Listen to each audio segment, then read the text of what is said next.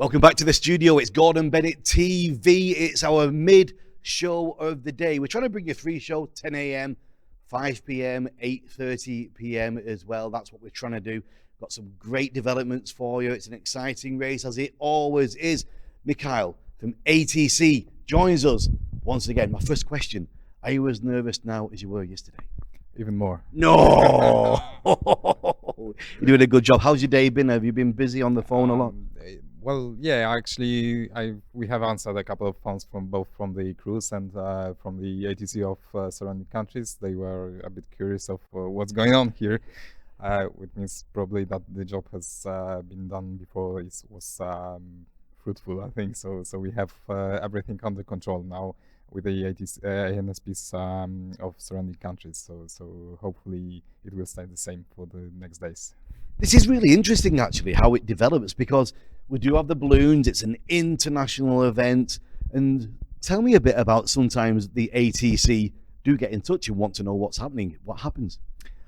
Yeah, actually, so we during the initial part of the coordination, because you refer to ATC control, but actually what I did was mainly getting some strategic level entry permissions for the countries. So it's not mostly what is considered to be a traffic control as it is, but it's rather planning and contacting with the neighboring countries to get the permissions. So we've already received some information, initial information on the restricted airspace from some countries, and actually it's our job now to just to monitor and let the crews as soon as possible know that they may not be able to access some airspace. They already have been briefed during the general briefing a couple of days ago, but still there's in aviation we have this strategic planning a long time ahead, and then we go to a pre-tactical phase, and this is what the briefing was about.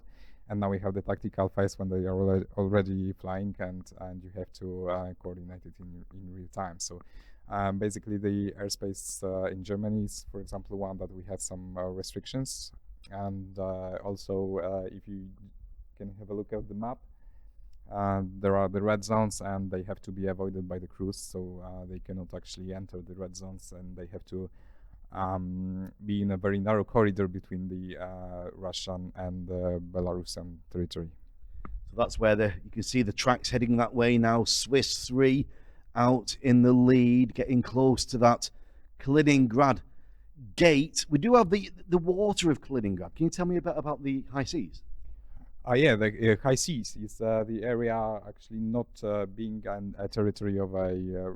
I mean, you refer to Russian Federation, I believe. So yes. It's not the territory of Russian Federation. It's just the area that the Russian air navigation service providers provides flight information service and other ATS services, that, as we call them in aviation business, to the pilots. So it's not necessarily something that is considered to be a sovereign territory of the country, but it's just an airspace where you have to be in contact with Russian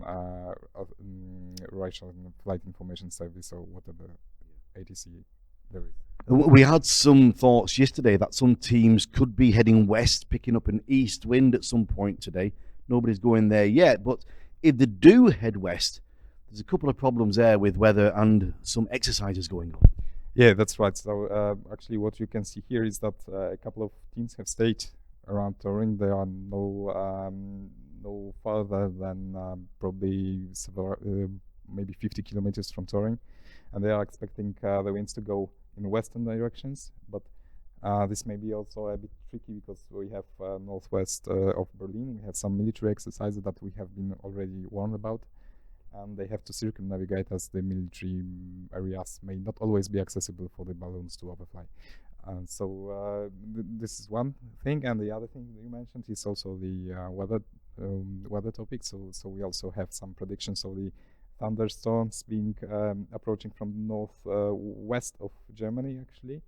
And this may be an additional obstacle for the participants. So just they need to overfly the German territory from the north, even maybe some Denmark border and this way. Interesting stuff, isn't it? It's all developing.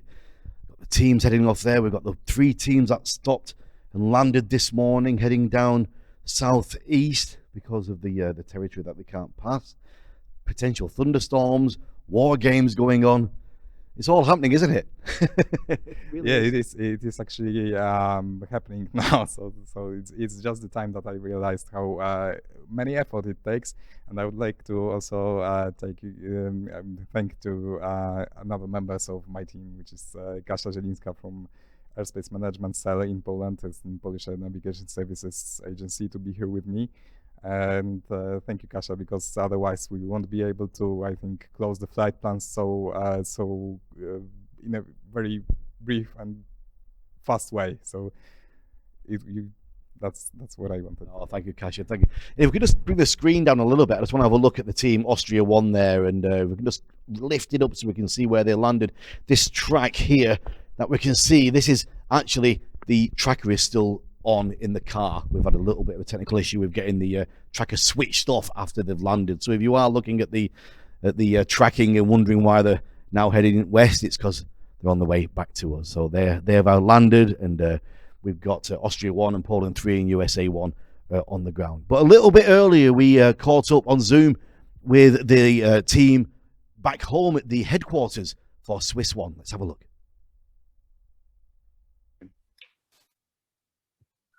Vincent, in the headquarters for Swiss 1, thank you for joining us on Gordon Bennett TV. Well, thank you very much. Very nice meeting you again, and you just do a great job, and we just love all the energy and all the what you prepare. It's fantastic. Thank you very much. You guys do a great job as well. You've got Nicholas and Laurent up in the skies. Are they where you would have thought they were going to be? Let's keep that as a first question.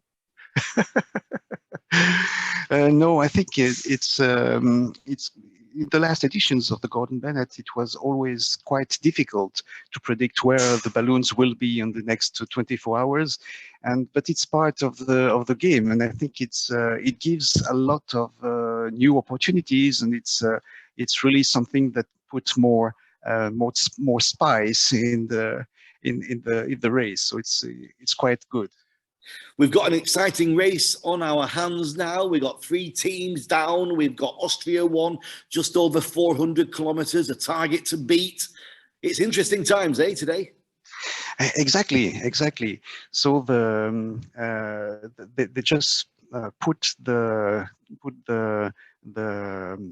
one first goal that we need to go beyond, and it's very interesting because the change in the meteorological environment gives new possibilities, and there is a lot of chance for all the teams that are still on the race to make something very interesting and very interesting trajectories in race.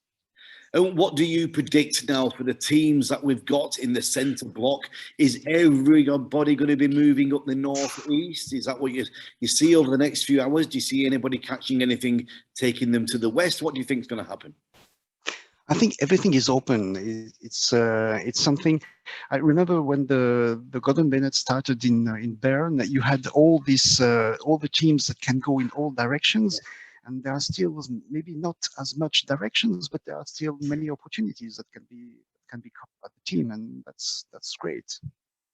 And one question I'm very interested in, Vincent, is the difference between the Swiss teams and the French teams, in so much that at the moment the French are using all one headquarters for all 3 teams, but with Swiss teams you have your individual teams. Can you tell me a bit about this?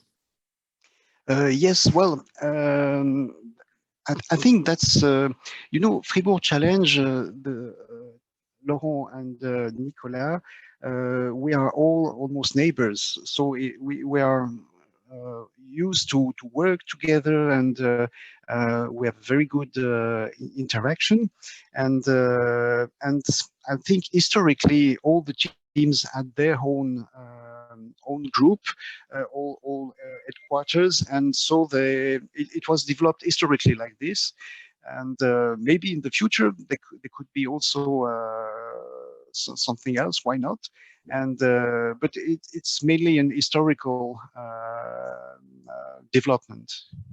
And the guys up there now in the basket, how are they feeling? Are they calm and in control?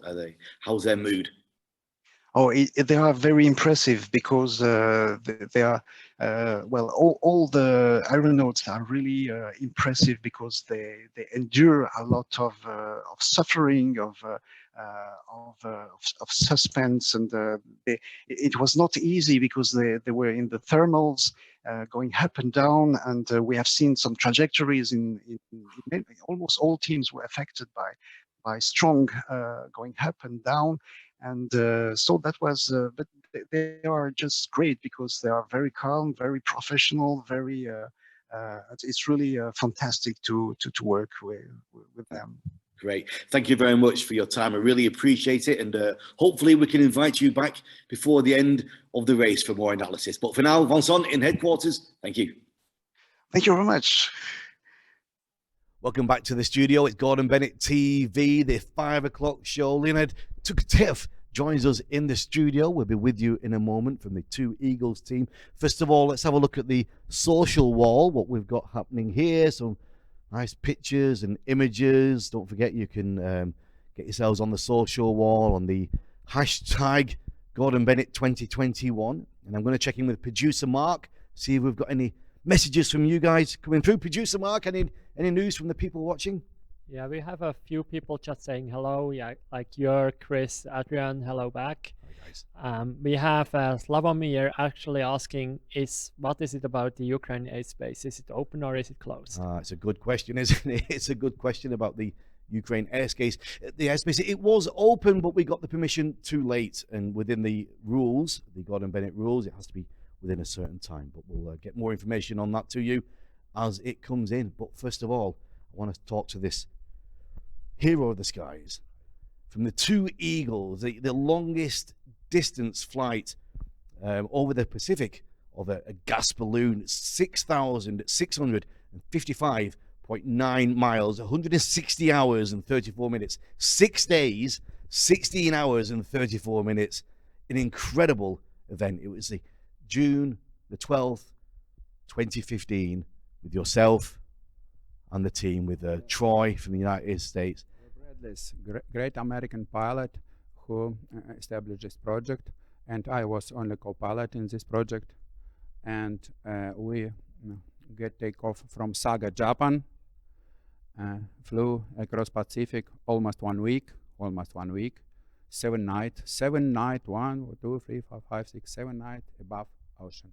Only ocean, no land, no chance to landing in the middle of our trip. How much room did you have? If I was Troy, how close together? How much room? Room was less than 2 meters. Less than 2 meters. It's our bed, and a little bit more than a gondola in Gordon Bennett. A little bit more. 2 meters long and 1.5 meters wide. And gondola has roof and 1.5 meters. With and flying. With the pandemic, people say, "Oh, I've got to stay at home. I've got to stay in the house. I can't go outside." In a space like that, 2 people for a week. We have no any problem. We was quietly, accuracy, and stay positive all flight, all time of flight. What's your? We can see the track here, Leonid. Yes. From Japan, then across Pacific, Atoll Midway, Hawaiian Island, and at the ending part of our flight, we almost reach Vancouver, Canada, but unexpected choosing wind, and we go 2 days more south, and finally splash down 5 miles before coast and Pacific Ocean. That was final, and we are established 2 world records at almost 11,000 kilometers and almost 1 week in flight. What's your best memory best memory is takeoff moment. We wait takeoff window about 1 month in Japan, day by day. Weather masters calculating possible or not to fly to take off, and it was 25 January 1915. We get take off at a ballast at about 7-ton ballast. 7 tons. 7-ton ballast. This balloon is 10,000 cubic meters, is 10 times more than a usual Gordon Bennett balloon. Yes. 10 times 10 more. times more. Yeah. And we get take off and go above the Fujiyama mountain, across the Tokyo, just across the Tokyo. It is incredible view. Tokyo above 6 kilometers. Wow. Yeah. Very big town. More than Moscow, more than Paris, more than each town I see before. And at the moment, before we go there, coastline, Troy asked me, Leonid, maybe we need a last briefing. Maybe we decided to go ocean, or maybe we decided to land. I go on the gondola, stay here. You need this line, and I said, briefing is over. Why? The ocean above. You already passed. Yes, already passed. Briefing is over. Wow. It's a commitment. You've committed. Yes, you've got the yes, ocean, yes. that's it. We have a little bit problem, such as in the middle of Pacific, our oxygen system was broken. Our oxygen system was broken, and we need to repair it. And at the last moment, we can it to consultate with command center in Albuquerque. And last night, before Mexican splashdown, we flying very closely across tropical thunderstorm. Right here. This point.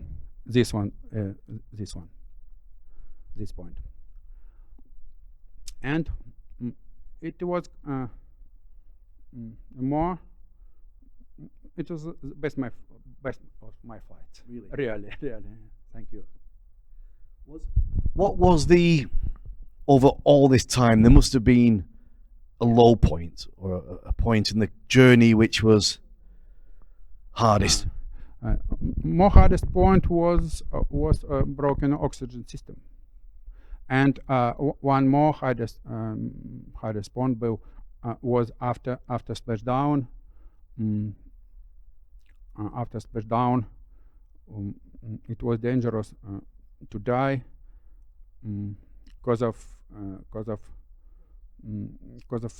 some problem with gondola. Right. Yes, but final was good. The result was perfect. Yes.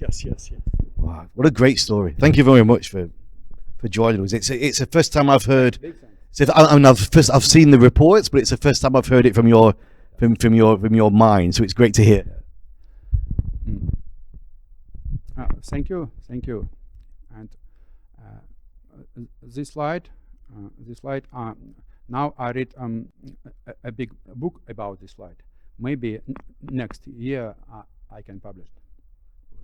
We look forward to seeing that. We'll look forward to reading it, and I'm going to be the first to buy a copy. Well, thank you very much.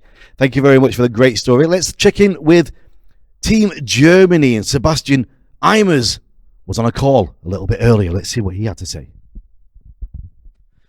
Hey Sebastian, can you hear me okay? You're with Germany Free, Chase Crew. What's happening? Well, right now we are in Danzig, about 150 kilometers north of the takeoff point. And we are in a nice sushi bar and waiting for new information about our team. It looks like a beautiful place where you are. Who's with you?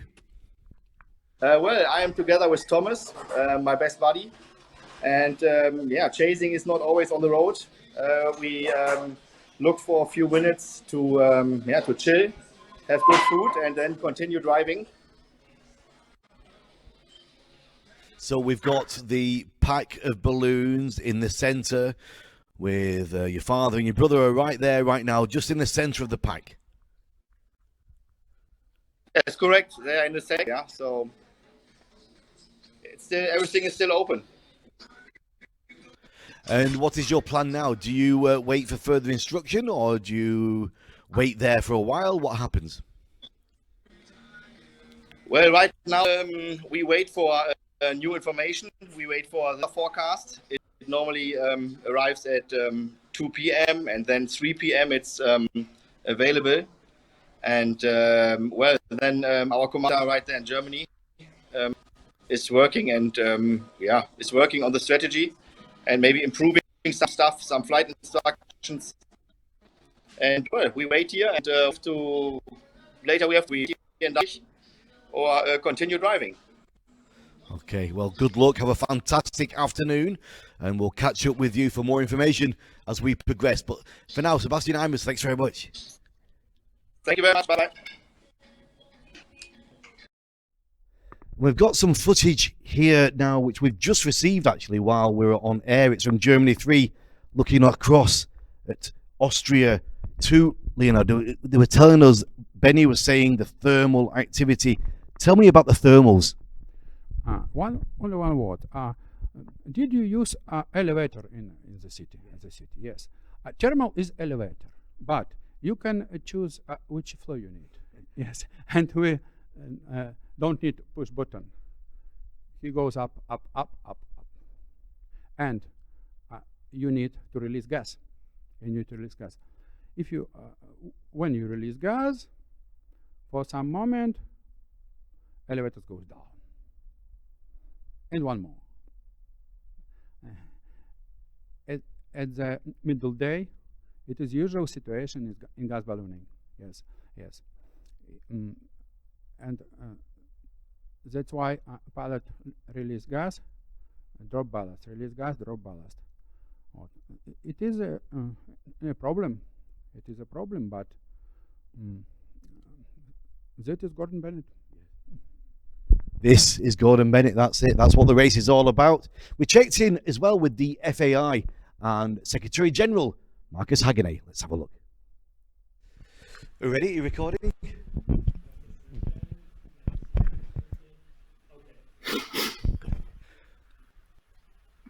Marcus Hagenay joins us, Secretary General of the FAI, our good friend normally here with us at the Gordon Bennett. How are you, my friend? I'm good, except I'm not with you. But greetings from Lausanne. Very close, of course. So close, but yet so far. Indeed, indeed. But I have to tell you, thanks to the Gordon Bennett TV, it almost feels like being there. Compliments for promoting the race in such an outstanding manner. It's really, really nice to follow what you're doing. Very well done. Thank you. Thank you, Marcus. It's a great team. We really enjoy the production we get to do together. What do you think about what's happening with the race right now? It's exciting, eh? Well, it's as forecast. We have two totally different scenarios possible. We saw the first three ones going southeast. They are down already. And now we need to see how the others manage. I think they were hoping that for another wind system, but too early to call it close. It just keeps on being exciting, and everything is possible still. It all depends on what happens in the next 3 to 4 hours. Yes, it's going to be exciting to see if anybody can pass through that Kaliningrad gate, if that's going to be on the cards or not, if it's going to be landing before there. Well, exactly. And then we have sunset coming in. Well, not in 3-4 hours, but in 6 hours we have sunset, and with the wind system in the Baltics, we need to see. But I mean, pilots saw that coming. They were playing with it. They were hovering around close to Torun all through the day. Very interesting, different scenarios. Kudos to the pilots and their teams, of course. Very, very interesting. Yeah, do you think we're going to get anybody catching any winds coming out of the east, heading west? Well, that will kick in later, but it's a question of time and when this all happens. And we have nightfall, so I think the airspace is very small to gamble around at night. We have Belarus to the east, we have Kaliningrad mainland to the west.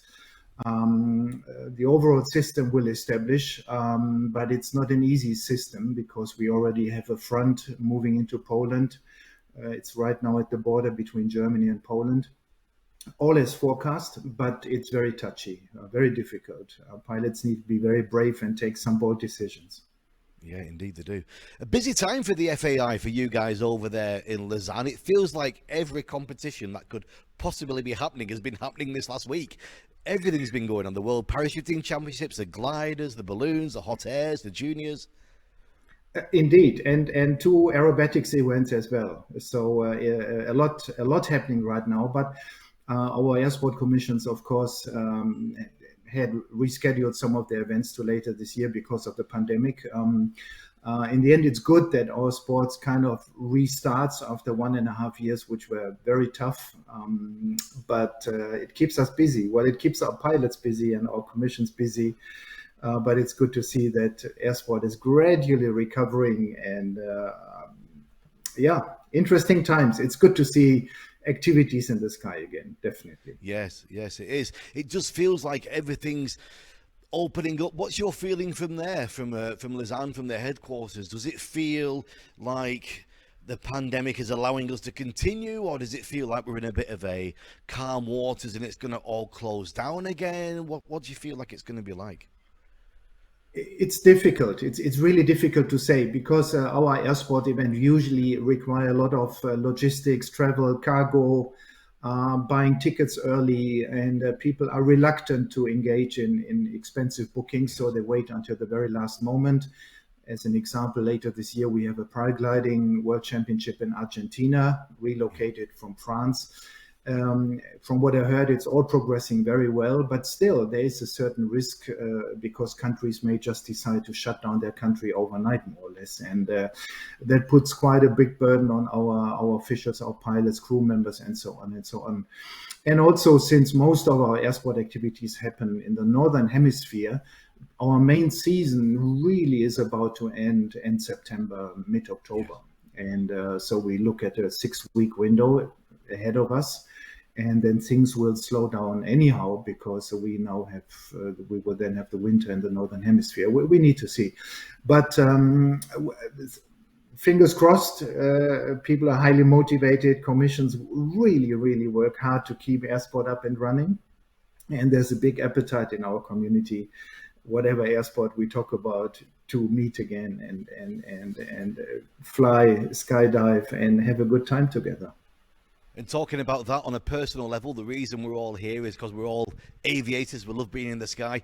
You have really took the bite again with paragliding. Yes, indeed. I always wanted to do this since I was a young boy, actually. And as you know, I did ballooning. I did my license in 1979, and I am still a happy and proud balloon pilot. But since I'm now working in Switzerland and living, I see the mountains, I see the beauty of the nature. So I gave it a try 2 years ago. Despite the pandemic, I could do some flights. And in the end, 6 weeks ago, I managed to do my paragliding license through. And I enjoy it very much. All you need, like you, Regan, when you do a skydive, it's on your back. You walk up the hill, you fly down, you meet friends, you enjoy the nature and enjoy just being in the sky. It's nice. Absolutely, we do. That's what it's all about. Resets the mind and clears the soul. So from being there in the office, I know you're a busy man, but which teams, I mean, if you don't want to say anything, I don't want to push you, but who would you be watching? Who are you keeping your eye on now? Who do you think could surprise us in the Gordon Bennett? Well, I mean, the Gordon Bennett is always full of surprises. You have to watch for everyone in every team. We have seen. Answer. I mean, it's not politically correct, but it is because it's the reality. Yes. You see pilots coming and making it to the podium, which you didn't know before, and others who had victory several times. it's full of surprises, and this is for me the beauty of the whole Cooper Aeronautic Gordon Bennett, that there's so much in it which adds stories, even drama sometimes, excitement, disappointment, friendship, fighting, the whole thing. It's so full of emotions, and all the teams come up and arrive fully loaded with all this energy, ready to fly and still have a good time. So it is a very, very interesting race. So to come back to your question, every team flying is on my radar, and even those 3 who landed already are on my radar, because they placed themselves in quite an interesting position, which has to be beaten. Yeah. The race is not over yet, and even the first 3 ones will play a role in the end, I'm convinced. Great analysis, Marcus. As always, it's an absolute pleasure to have a conversation with you, and hopefully we can catch up again just before the end of the race, just to see how things are panning out. Anytime, and I will keep on watching. And again, kudos and compliments to you and your team, and please pass on my regards to the organizers who did put together another great Gordon Bennett race this year. It's really fun to watch and be part of this from the distance. Thank you, Marcus. Thank you very much, and we'll speak to you soon. Take care. Thank you. So the game is afoot. This is what we've all been waiting for. 3 teams on the ground have landed. USA 1, Poland 3, Austria 1. Austria 1 currently putting the line in the sand of what has to be achieved to win this 64th Gordon Bennett with just over 400 kilometers. For the teams currently flying in the lead right now, Swiss 3, just over 260 kilometers. What's going to happen over the next few hours? We'll be back with our evening show at 20:30, 8:30 local time here in Turin. Before we leave you, we're going to check in with producer Mark and see what's happening on the social wall. Any comments coming through, Mark? We had a question about where the live tracking can be found. The live tracking, you can find it online. Go to live.gordonbennett.aero and you can see all the tracking, and you can look at each individual team and see where they are and what's happening with them right now. Anybody else say hello to? And Slavomir, who already asked a question on Ukraine, also asks, how is Torun like? We absolutely love it. It's such a beautiful city. We're very fortunate to be in a hotel right in the center of town. It's just about 10 yards away until we're in the middle. We've got the light festival happening right now. We've had the balloon fiesta on the airfield. We've had the picnic there as well. The organizers of this event have really pulled out all the stops to make it as big and as best as possible. And Turin is just full of people. It is absolutely full. It's full of life, restaurants, and the prices. It's really, really good. You want to get yourself here for vacation, I'm telling you. Anybody else, Mark? Just York saying, great job, Gordon Bennett TV. No problem at all. I'll give you my bank details. You can send the tips there. We'll be back with you for more Gordon Bennett TV tonight, 8:30, for me and the team. We'll see you then.